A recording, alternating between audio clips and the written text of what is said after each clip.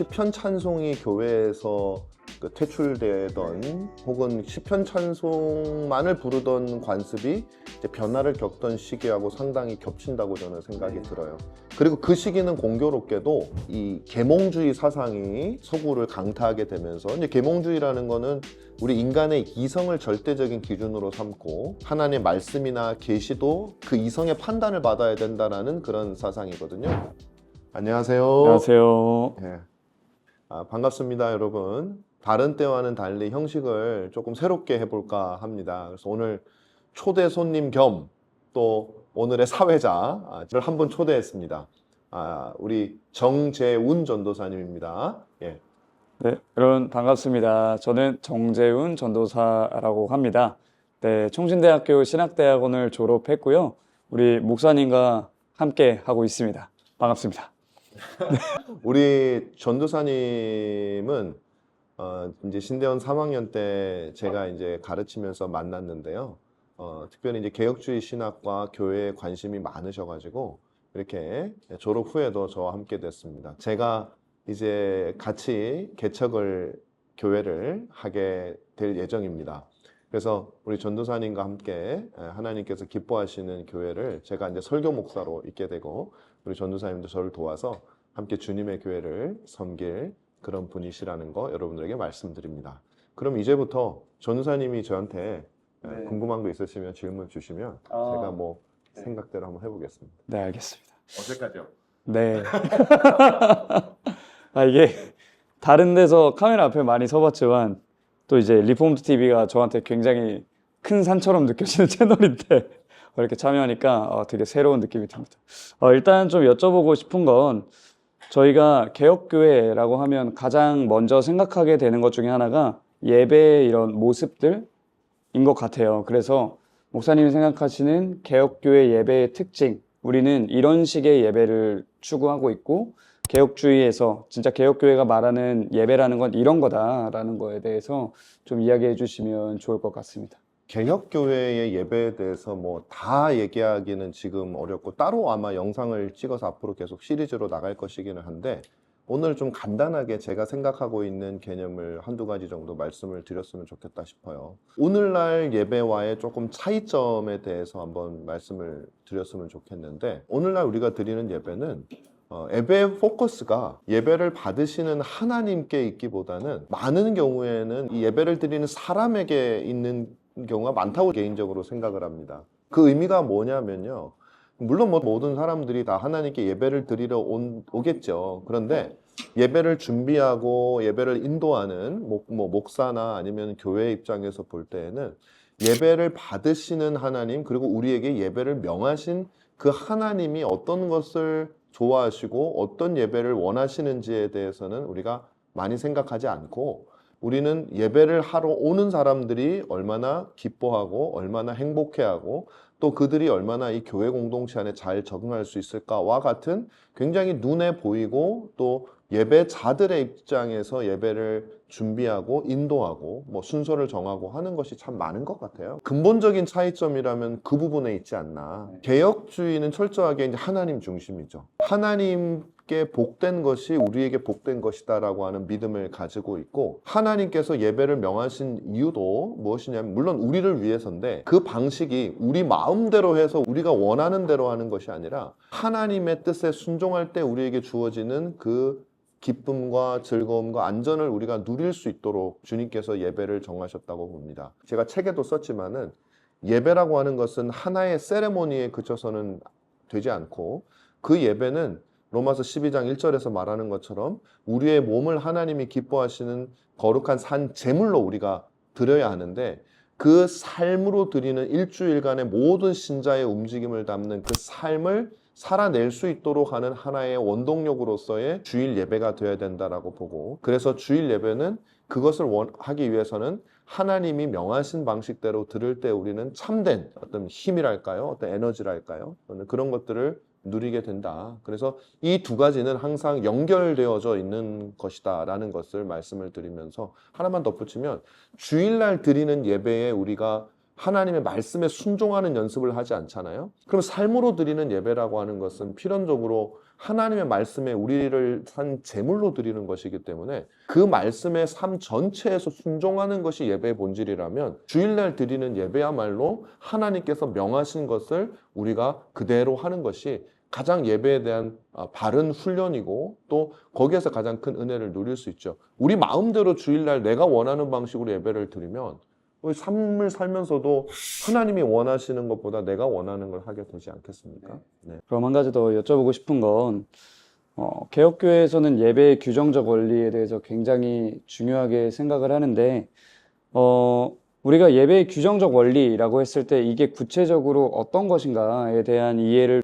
우리가 모두 할 수 있으면 좋을 것 같아요. 그래서 사실 성경이 명확하게 뭐 예배 순서를 이렇게 해라, 이걸 해야 되고 이걸 해야 되고 이렇게 명시적으로 제시되어 있는 건 아닌데 우리가 따르는 예배의 규정적 원리라는 것이 어떤 과정에서 등장하게 됐고 어떤 원리로 작용이 되는 건지 좀 설명해 주시면 좋을 것 같습니다. 근데 이제 이걸 설명하기에 앞서서 사실은 이 예배 규정의 원리라고 하는 게 뭔지를 아마 모르는 분들이 되게 많지 않을까 싶어요. 그러네요. 사실 저보다도 우리 정재훈 전도사님이 예배 규정의 원리에 대해서 관심도 많고 연구도 최근에 더 많이 하세요. 그래서 제가 오히려 역으로 한번 질문을 해보겠습니다. 네. 전도사님이 생각하는 예배 규정의 원리는 뭐라고 생각하세요?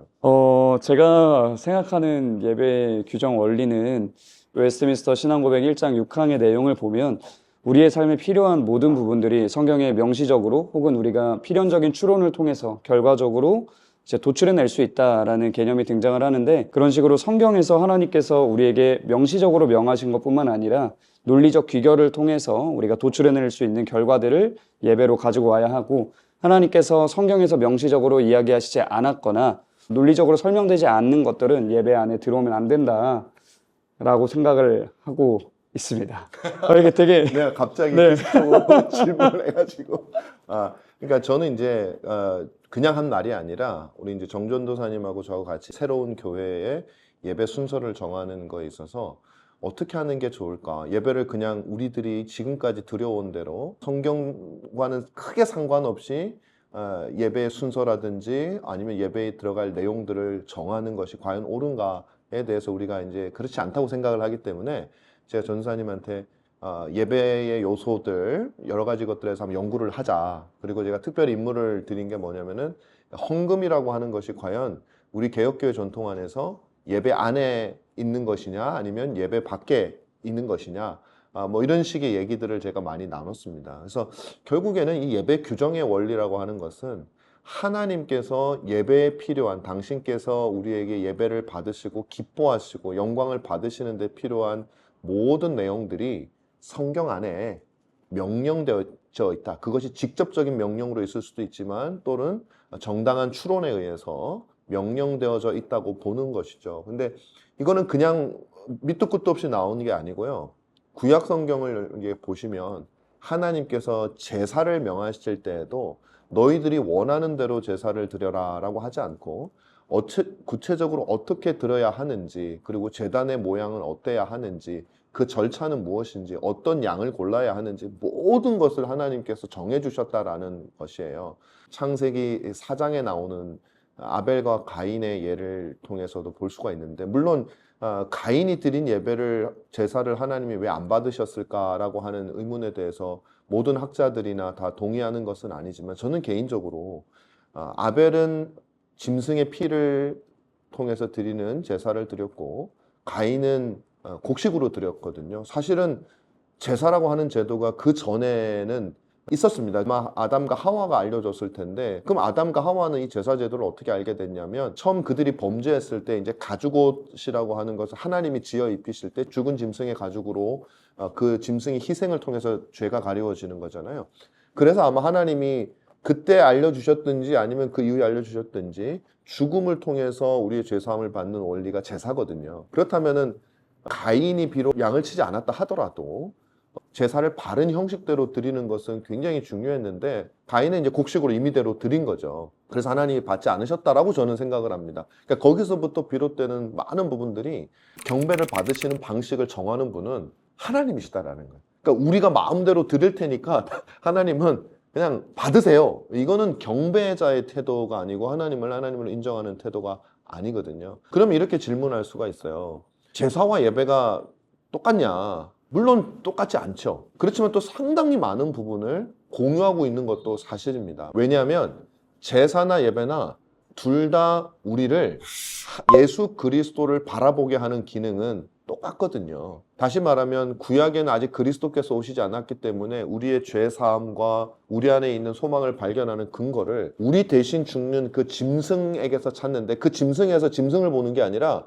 메시아를 봐야 되는 거죠. 마찬가지로 신약 시대는 이미 오신 그리스도이시기 때문에 이미 죄 사함 받은 확신을 예배를 통해서 우리가 그리스도를 바라봄으로써 그 확신을 누리고 그 은혜를 베풀어 주신 하나님께 말씀대로, 그분의 말씀대로 또 그분의 뜻대로 우리가 살 것을 다짐하고 그 하나님의 은혜 안에서 기뻐하는 것이 예배라면, 이 두 가지는 실질적으로는 같은 의미라고 저는 봅니다. 그래서 구약의 제사가 하나님 명대로 드리도록 되었다면은 신약의 예배도 하나님께서 명하신 방식대로 드리는 것이 옳고, 그것이 이제 우리 종교개혁의, 특별히 이제 개혁파 쪽에 있는 종교개혁자들, 우리가 잘 아는 칼빈 같은 분들이 강력하게, 그 전에 이제 부처도 마찬가지죠. 그렇게 예배는 하나님께서 명하신 대로 드리는 것이 하나님도 기쁘시지만 하나님이 기쁘신 것이 곧 우리의 유익이기 때문에 저는 그렇게 믿고 있습니다.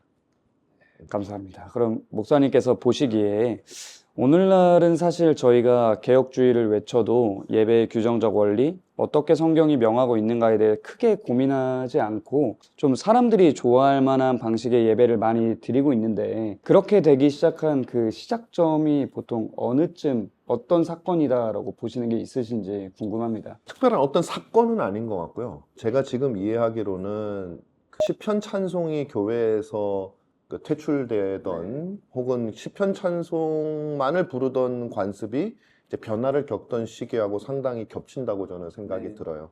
그리고 그 시기는 공교롭게도 이 계몽주의 사상이 서구를 강타하게 되면서, 이제 계몽주의라는 거는 우리 인간의 이성을 절대적인 기준으로 삼고 하나님의 말씀이나 계시도 그 이성의 판단을 받아야 된다라는 그런 사상이거든요. 그래서 만약에 우리의 이성이 도저히 납득할 수 없는 성경 말씀이나 교리들은 이제 거부할 수 있는 것이 이제 계몽주의 사상인데, 그 계몽주의 사상이 교회로 신학으로 침투하게 되면서 하나님 말씀의 절대적이고 지고지순함에 대한 의심이 일어나던 시기, 인간이 고안한 것들이 더 좋을 수 있겠다라고 생각하던 그 시기, 18세기 초중반부터 아마 그런 현상들이 일어나지 않았나, 저는 그렇게 생각을 합니다. 왜냐하면 시편 찬송이라고 하는 것은 어떻게 보면 그 이전 17세기까지는 특히 개혁교회 안에서는 아주 절대적으로 그것만을 부르는 것이 자연스럽게 받아져 왔거든요. 그런데 이제 성경에 대한 관점들이 좀 더 인간의 권위가 주어지게 되면서 꼭 그렇게 해야 되냐, 우리가 부르고 싶으면 부를 수 있지 않느냐, 우리가 만든 거 부르면 더 좋지 않느냐, 이런 식의 생각들이 들어오게 되고, 아마 그런 것들이 예배 규정의 원리에 변화를 주게 된 중요한 원인이 될 것 같고요. 근데 그런 의미에서 바라볼 때 저는 교회의 굉장히 어떤 순결함, 그리고 신학과 하나님에 대한 이해의 순결함이 우리가 이해하는 것과는 달리 계몽주의 시대 이전이었던 16, 17세기에 저는 더 성경에 대한 바른 이해를 가지고 있었다라고 뭐 심지어 그렇게까지 저는 생각을 하고 있습니다. 네. 감사합니다. 사실 이 존 제럴드의 책을 보면 초대교회부터 시편 찬송을 어떻게 불러왔고, 또 중세 시대에 좀 무너졌던 것들이 종교개혁 시대에 다시 어떻게 세워졌는지에 대한 이야기가 나오는데, 목사님께서는 시편 찬송만을 예배에서 부르는 것이 가장 성경적이다라고 보시는지 궁금합니다. 그래서 저는 예배 중에는 시편 찬송을 찬양으로 부르는 것이 가장 우리에게 유익하고, 물론 하나님 보시기에도 더 기쁘시리라, 저는 그렇게 생각을 합니다.